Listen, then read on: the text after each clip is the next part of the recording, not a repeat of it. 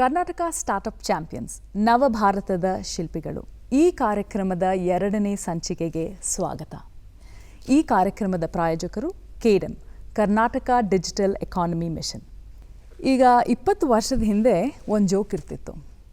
ನೀವು ಬೆಂಗಳೂರಿನಲ್ಲಿ ಒಂದು ಕಲ್ಲು ತಗೊಂಡು ಎಸೆದ್ರೆ ಅದು ಒಂದು ಸಾಫ್ಟ್ವೇರ್ ಇಂಜಿನಿಯರ್ ಮೇಲೆ ಬೀಳ್ತಿತ್ತು ಅಂತ. ಆದರೆ ಈಗ ನೀವು ಅದೇ ಕಲ್ಲು ತೆಗೆದು ಎಸೆದ್ರೆ it will land on a founder ಅಥವಾ ಒಂದು ಸ್ಟಾರ್ಟಪ್ ಫೌಂಡರ್ ಮೇಲೆ ಈ ಕಲ್ಲು ಬೀಳುತ್ತೆ ಅಂತ. That is the new joke. ಇವತ್ತು ನಮ್ಮ ಜೊತೆ 3 ಅತಿಥಿಗಳಿದ್ದಾರೆ. ಕೇಡಮ್ ಚೇರ್ಮನ್ರಾದ BV ನಾಯ್ಡು ಸರ್, ವೆಲ್ಕಮ್. ಹಾಗೆ ನಮ್ಮ ಜೊತೆ 2 ಸ್ಟಾರ್ಟಪ್ ಕೋ-ಫೌಂಡರ್ಸ್ ಮತ್ತು ಒಬ್ಬರು ಫೌಂಡರ್ ಇದ್ದಾರೆ. Protein design lab private limited doctor Deepti Saini ನಮ್ಮ ಜೊತೆ ಇದ್ದಾರೆ, ಮತ್ತು mister Guruprasad, is the founder of a smart keyboard ಅಂತ. ಇದ್ರ ಬಗ್ಗೆ ನಾವು ಹೆಚ್ಚು ತಿಳ್ಕೊಳ್ಳೋಣ. ಕೇಡಮ್ ಅಂದರೆ ಕರ್ನಾಟಕ ಡಿಜಿಟಲ್ ಎಕಾನಮಿ ಮಿಷನ್. ಹೆಸರಲ್ಲೇ ಇದೆ, your aim is to digitise the mission is to digitise the economy ಅಂತ. ನಿಮ್ಮ ಸಂಸ್ಥೆ ಬಗ್ಗೆ ಒಂದಷ್ಟು ತಿಳಿಸ್ಕೊಡಿ. ಇದು ಕೇಡಮ್ ಅಂತ, it is a public private partnership ಥರ ಮಾಡಿದರು government of Karnataka. This is the first time in the country. What government of Karnataka thought is that government has a lot of beautiful policies. For implementing that policies, they need some more organization which can help them. That is the reason KEDAM has been created. Right. And then KEDAM has 49% coming from the government, 51% coming from the industry associations. Right. NASSCOM, in IES India, Electronic Semiconductor Association, and SHM.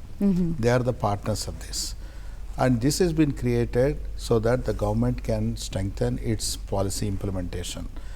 KEDAM acts like a bridge between the industry and the government and support the government in implementing. Right. What is that we are supposed to do? So KEDAM has a 5-pillar agenda. The one pillar is to look at the ITT and GCCs. That means the Karnataka is a leader in the IT, but we need to continue to have that leadership for next 10 to 15 years. Sustainability of that leadership. Of the leadership, right? That is one, And number 2, in the electronics, which is growing, it has become a prime agenda for the India right now, Make in India program. So how can you make sure that we attract that electronics industries to come up in Karnataka? And number 3 is then the startups and innovation. As you rightly said, the startups are the major economic component of the Karnataka. How do you make sure that the startups will continue to grow here, sustainability, and help them to not just grow here, grow across the Karnataka? Okay. And 4th, which is very, very important, government took a new mission saying that, beyond Bangalore. It is a mission from the Karnataka, government of Karnataka, saying that the economy has grown in Bangalore. We need to make sure this economy go to the other clusters like the Mysore, Mangalore and Hubli. The 2 and 3 tier cities ಕೂಡ ಹೋಗಬೇಕು ಅಂತ. ಹೋಗಬೇಕು ಅಲ್ಲಿ. ಏನಂತೆ ಇವಾಗ even though 10-15 years back ಅಲ್ಲಿ software technology parks ಎಲ್ಲ start ಮಾಡಿದ್ದೀವಿ, but the contribution coming from the clusters is less than 2% for Karnataka. Okay. Right? So we wanted to help these clusters to grow so that their contribution will be at least 5 to 10% of the overall IT industry in Karnataka. Right. So adu startups beyond Bangalore agenda. And the last, if you want to achieve all that, you need to have a continuous talent. So we created what is the last pillar is a talent accelerator. Okay. Because of we are creating a lot of programs so that the people from these clusters will get an employment opportunity in the large companies here, all that. These are all the together, it's a Karnataka digital economy mission. That and there are more than 15-20 professionals sitting in the KEDAM working with the industry and making sure that what industry needs is being provided. Right. So that's what we have been doing for last 6-7 months. Fantastic. So consistent ಆಗಿ between the government, between the startups, ನೀವು ಒಂದು amalgamation ತರ್ತೀರಾ ಅಂತ. Absolutely. That is what is that is the reason I said it's a very, very effective bridge between the industry and the government, and it will help this industry to grow, sustain across for next 2 decades. Next 2 decades. Yeah. And it's all, and ನೀವು beyond Bangalore ಕೂಡ ಇದು beyond Bangalore. ಅದು ನಾ ಹೇಳಿದಿನಲ್ವಾ, ಇವಾಗ if you look at this the startups, we only talk about Bangalore. That is We true. don't have startups talking. You see, ಇವರು ಗುರುಪ್ರಸಾದ್ ಅವರು ಮೈಸೂರಲ್ಲೋ start ಮಾಡಿ ಇಲ್ಲಿ ಬ್ಯಾಂಗ್ಳೂರ್ ಬಂದಿದ್ದಾರೆ. ಅವ್ರು ಮೈಸೂರಲ್ಲೋ ಸ್ಟಾರ್ಟ್ ಮಾಡಿದ್ರೆ ಅಲ್ಲೇ ಇರಬೇಕು. ಹೌದು. Then he has to grow there. Why he should come to Bangalore? Right. So like that, any startups, we have a talent in those clusters. In Hubli, Mysore, Mangalore, there are absolute talent. 45 to 55% of the talent comes from these clusters to get employed in Bangalore. So we wanted to make sure that 45% stay there and get that industry to go there, and they grow. The industries will grow there. Right, sir. ಅದು main mission. ಇದು ತುಂಬ ದೊಡ್ಡ project ಅನ್ಸುತ್ತೆ. I think it requires a lot of hard work ಮತ್ತು collaboration ಎಲ್ಲನೂ ಬೇಕಾಗುತ್ತೆ. And hats off to you for this programme. It is a concept by the industry for that industry. Fantastic. Working and to make sure that the economy will spread across the Right. Karnataka as a state. Okay. ಈಗ ಗುರುಪ್ರಸಾದ್ ಅವರೇ, ನೀವು ಇಸ್ರೋದಲ್ಲಿ 2 years scientist ಆಗಿ ಕೆಲಸ ಮಾಡಿದ್ರಿ. ಆಮೇಲೆ ನೀವು US ಅಲ್ಲಿ 30 years ಅಲ್ಲಿ ಇದ್ದು you continue to work there as well. Then ನೀವು ಭಾರತಕ್ಕೆ ಬಂದ್ರಿ. ಇಲ್ಲಿ ಬಂದು you founded a product which is smart keyboard ಅಂತ.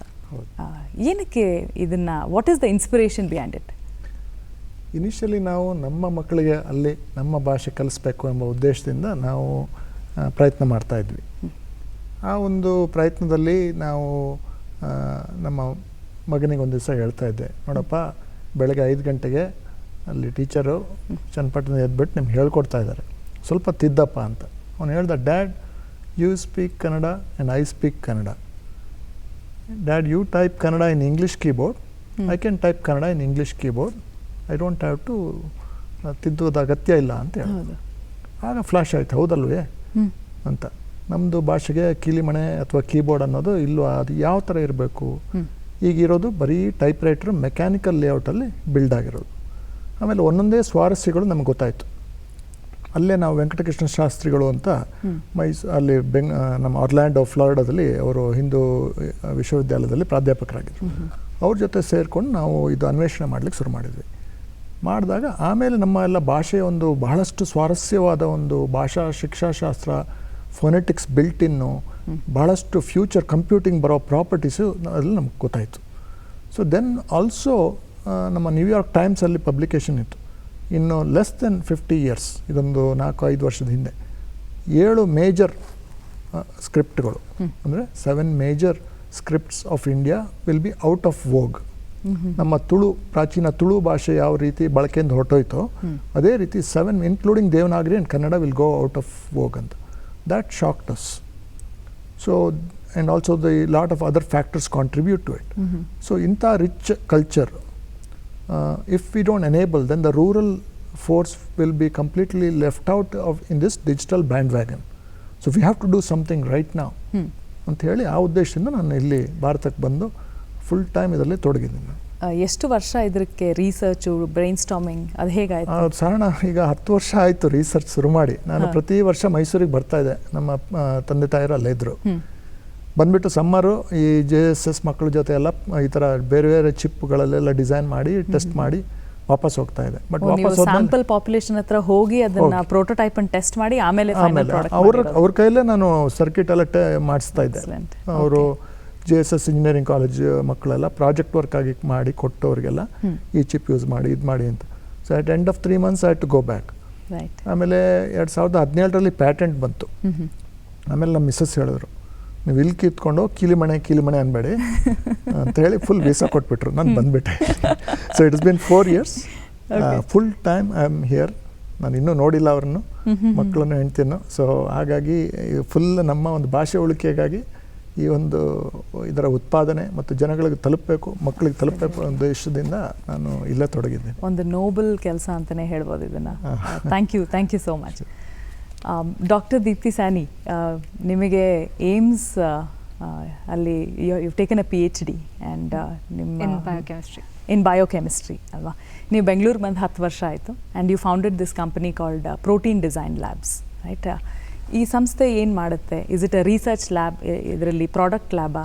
ಇದು biotech lab where we do both research and R&D and products. So Society of Innovation and for Innovation and Design at IISc Bangalore ಇದನ್ನು host ಮಾಡಿದೆ incubation. Yes. ISCL active Yes. ಇದು. Okay. So they have helped us with setting up the lab and with the seed funds. I mean, we've been really helped by IISc, also Government of Karnataka, who has supported us with an Elevate grant towards producing an animal vaccine. Okay. So at Protein Design, ನಾವು recombinant proteins ತಯಾರಿಸುತ್ತೆ. It's hormones, enzymes, antibodies, vaccines. I mean, due to corona now everybody knows vaccines. So all these terms, RT-PCR and all, they have become so common now. So That these is are right. the kind of things that we do at the lab in order to make important recombinant proteins for various purposes: diagnostics, Right. veterinary uses, healthcare, agri-tech, whatever is the demand of the field. Right. Do you believe that right now we depend a whole lot on other countries for these kind of research? Exactly. We need to be Atmanirbhar. Deshiya vaccine will be beneficial for everyone. Like say for example, the one done by Bharat Biotech, Serum Institute of India. I mean, we have to be Atmanirbhar. ಹೌದು. So towards that. Atmanirbhar ಭಾರತಕ್ಕೆ ನಿಮ್ಮ Yes. ಕಡೆಯಿಂದ ನೀವು ಒಂದು ಹೆಜ್ಜೆ ಮುಂದಕ್ಕಿಟ್ಟಿದ್ದೀರಾ. Correct. Protein design labs ಕಡೆಯಿಂದ. Very sweet. Okay. Naidu sir, ಈಗ ಸಾಕಷ್ಟು ಜನ ಸ್ಟಾರ್ಟಪ್ಸ್ಗೆ ಗೌರ್ಮೆಂಟ್ ಕಡೆಯಿಂದ ವಾಟ್ ಇಸ್ ದ ಸಪೋರ್ಟ್ ಅಂತ ಏನು ಗೊತ್ತಿರಲ್ಲ ಅಷ್ಟಾಗಿ, unless they come and collaborate with somebody like KEDM, right? Yeah, Adu, see, Karnataka has one of the first startup policy in the country. And that policy has been very, very successful. The reason why Karnataka is number one in the startup right now is because of the policy. Now that policy is being redesigned, from the flavor of the times, right? Now the new policy is being created, which, the government of Karnataka will be launching during the Tech Summit, okay? So if you look at Karnataka, the Elevate is one of the major program of the Karnataka, and there are more than 450 plus companies got benefited by the Elevate, and this is only the state that has spent around 124 crores through Elevate as a grant giving to the startups. No other state in the country has done that. So this is the highlight ಅಂತೀರಾ ನೀವು? Howdo. Karnataka is a jewel in the crown for It's a Karnataka. model for the rest of the model for country. the rest of the country to follow. ಹೌದು. So some of those things will continue, and we also created, the innovation labs across all the educational institutions. The Center of Excellences and all that. In the IASC and then other industry associations and all that. That is also being created. ಈ And labs ಅಲ್ಲಿ ಏನು, what is the advantage sir? ಏನಾಗುತ್ತೆ, most of the startup companies will not have cannot afford to create an infrastructure on their own. So ಅದು government fund ಮಾಡಿ, ಅದು grants ದ್ವಾರ they will create that infrastructure, the labs. For example, Dr. Deepthi, she is in IISc, she is in a lab that is supported by the government of Karnataka. Avrike adi benefit agate. ಹೌದು. ಆ ಥರ we are also creating a few more labs in other parts of the Karnataka. We are creating what is called a common clean room facility in Mysore, so that the high-tech manufacturing companies, without spending too much of money, they can use that. Otherwise, they need to spend a lot of money. ಅಂದರೆ ಸಾಕಷ್ಟು ಇದು amount ಏನಿದೆ ಇದನ್ನೆಲ್ಲ The capital expenses that are, which startups cannot afford, that's the government is doing.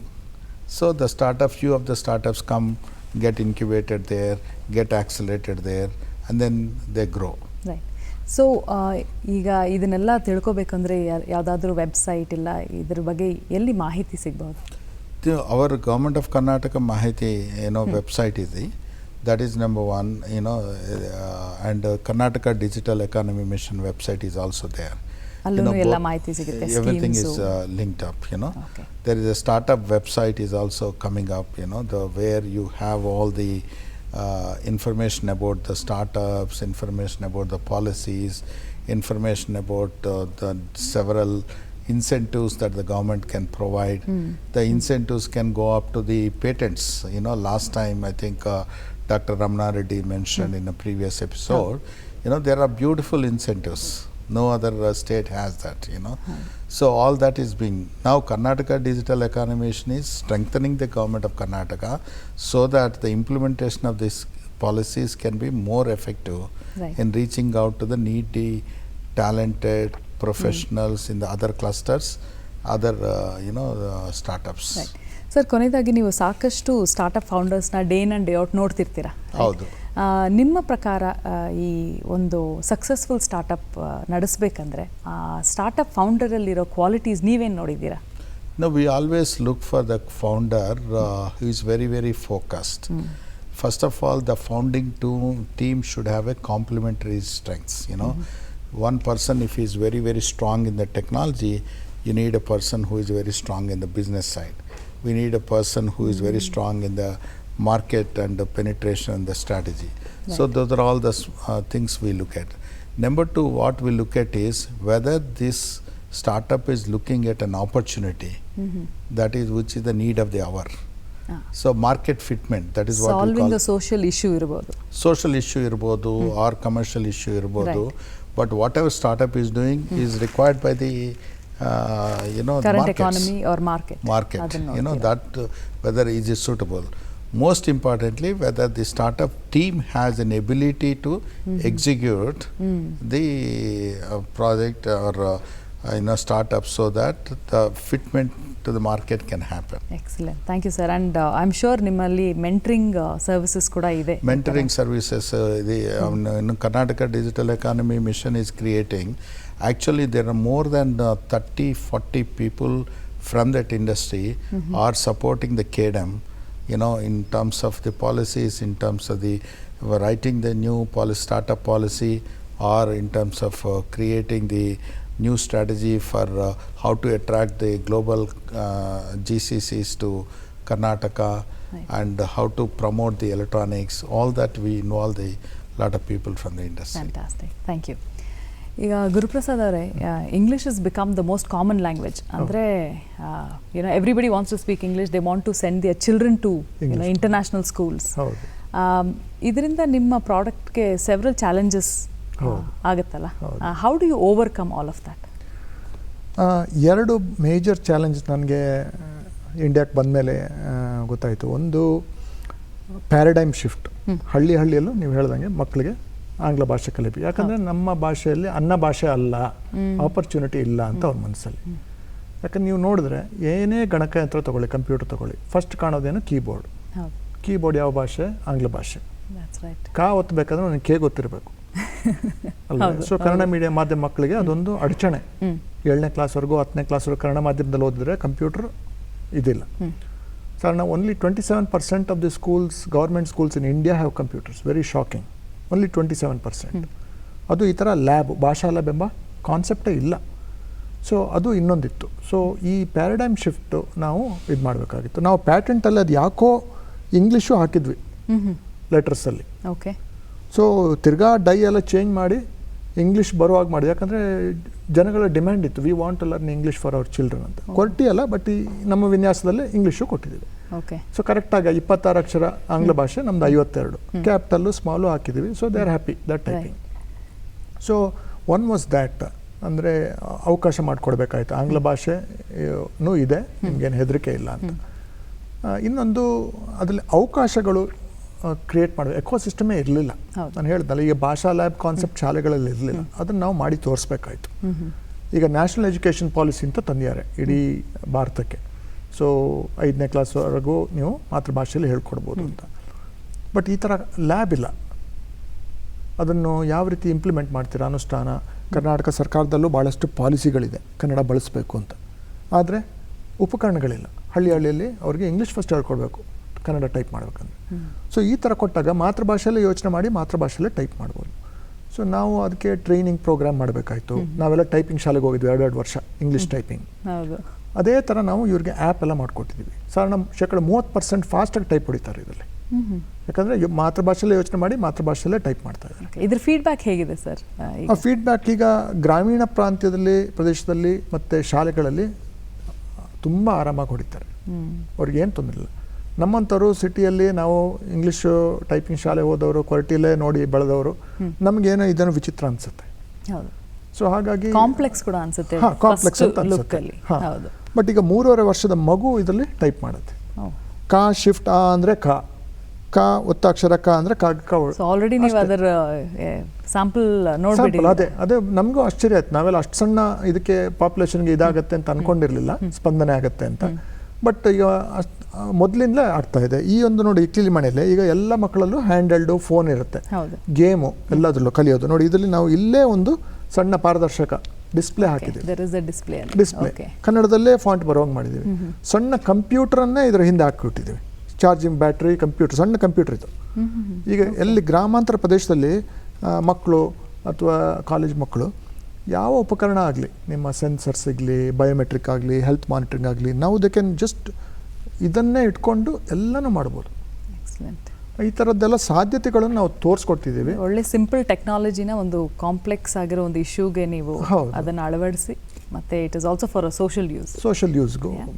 ಕೊನೆಯದಾಗಿ ನಿಮಗೆ ಕರ್ನಾಟಕ ಸರ್ಕಾರದ ಕಡೆಯಿಂದ ಏನೇನು ಬೆಂಬಲ ಸಿಕ್ಕಿದೆ ಈ ಒಂದು ಐಡಿಯಾ? ಇದಕ್ಕೆ ಭಾಳ ಮೊದಲನೇದಾಗಿ ನಾನು ಹೇಳಿದ್ನಲ್ಲ, ನಾವು ಬಂದಾಗ ಅಚ್ಚುಗಳು ಭಾರತದಲ್ಲಿ ನಾವು ಫಸ್ಟು ಬಟನ್ ಥರ ಕೀಪ್ಯಾಡ್ ಮಾಡಿದ್ವಿ. ಅದಕ್ಕೆ ನಾವು IISc ಬೆಂಗಳೂರಿಂದ ಮತ್ತು MSMEಯಿಂದ ಸಹಾಯ ಬಂದಿತ್ತು. ಬಟ್ ಜನಗಳದನ್ನು ಒಪ್ಕೊಂಡಿಲ್ಲ. ಕೀಬೋರ್ಡ್ ಅಂದರೆ ಇದೇ ಥರ ಇರಬೇಕು, ಬಟನ್ ಇರಬೇಕು ನಮಗೆ ಅಂತ. ಸೊ ಬಟನ್ ನೋಡಿದ್ರೆ ಈ ಅಚ್ಚುಗಳನ್ನು ಮಾಡೋಕ್ಕೆ ಭಾರತದಲ್ಲಿ ಯಾವ ಸಹಕಾರನೂ ಇರಲಿಲ್ಲ. ಅಚ್ಚು ಮಾಡೋಕ್ಕೆ ಕೇಳ್ತಿರಲಿಲ್ಲ ಯಾವ ಇಂಡಸ್ಟ್ರಿ ಅವರು, ಬಿಕಾಸ್ ಹೈ ಪ್ರಿಸಿಷನ್ ಇದು. ಒಂದು ಅಚ್ಚು ಆಳಿದ್ರೆ ಎಷ್ಟೋ ಲಕ್ಷಗಟ್ಟಲೆ ಹೊಟ್ಟೋಗತ್ತಿದು.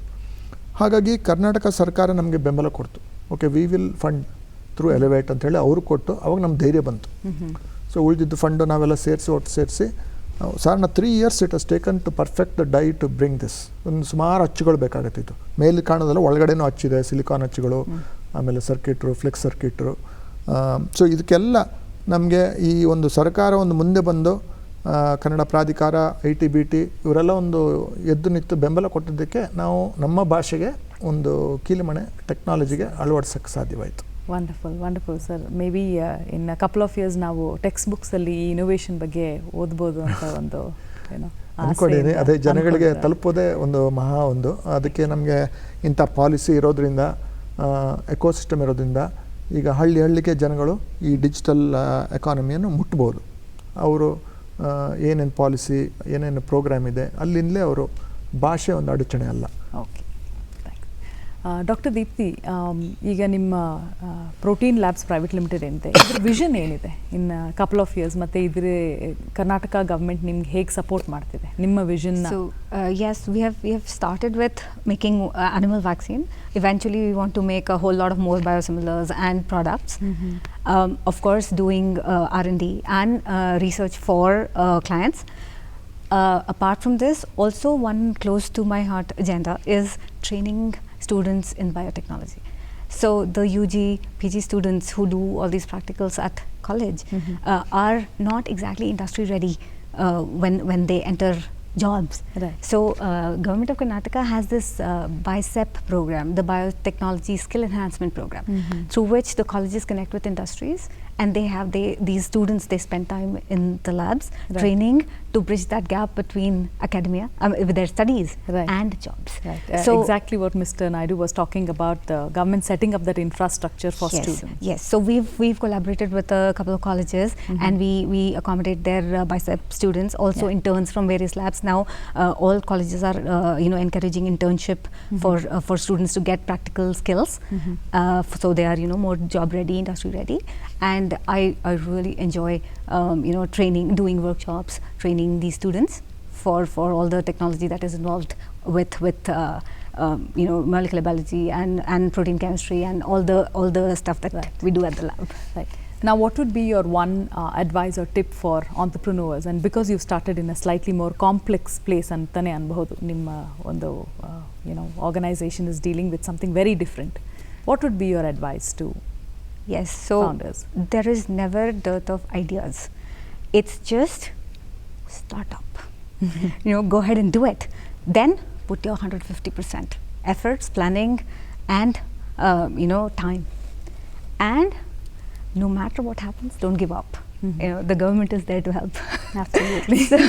so that Yeah. don't give up is like the best advice that I could give to Fantastic. startup founders. Thank you Naidu sir, I think ನಿಮಗೂ ಅದೇ ಪ್ರಶ್ನೆನೇ. ಸಾಕಷ್ಟು ಜನ ನೋಡ್ತಿರ್ತಾರೆ, ನಿಮಗೆ ಎಷ್ಟೋ ಎಕ್ಸ್ಪೀರಿಯನ್ಸ್ ಇದೆ ಸ್ಟಾರ್ಟಪ್ಸ್ ಜೊತೆ. What would be your advice? ನಿಮ್ಮ ಮೆಸೇಜ್ ಏನಾಗಿರುತ್ತೆ? They need to get on to the job. That's all. The ideas are great. People are there, like she mentioned. Most of that ideas, people will fail in implementing that ideas. So the startups needs to have a absolute focus on what they wanted to accomplish, and they can take the support of the, this kind of an ecosystem nowhere in the world you get. There are enough matured professionals, mentors, the funds available, lot of investment is available, lot of mentors are available, market is there. So they need to have a implementation skill that they need to learn from the ecosystem. ಹೌದು.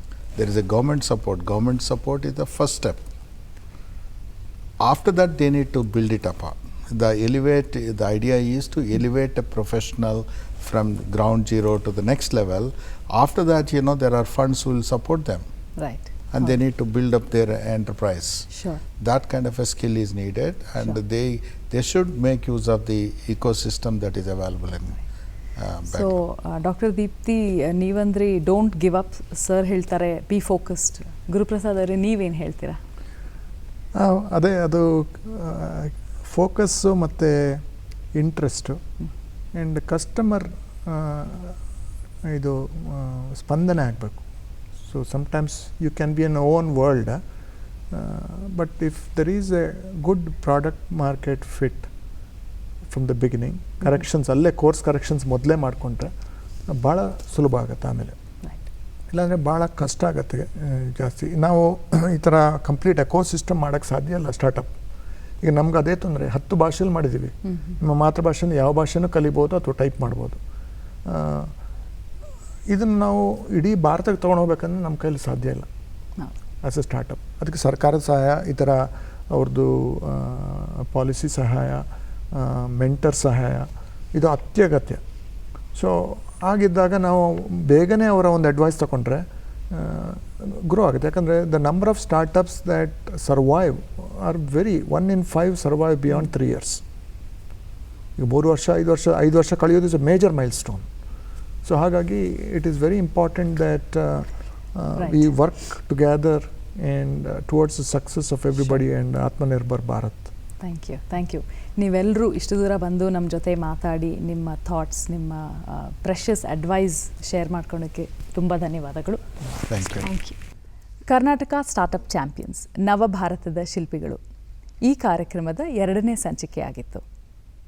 ಈ ಕಾರ್ಯಕ್ರಮದ ಪ್ರಾಯೋಜಕರು KDEM, Karnataka digital economy mission. ನಮಸ್ಕಾರ.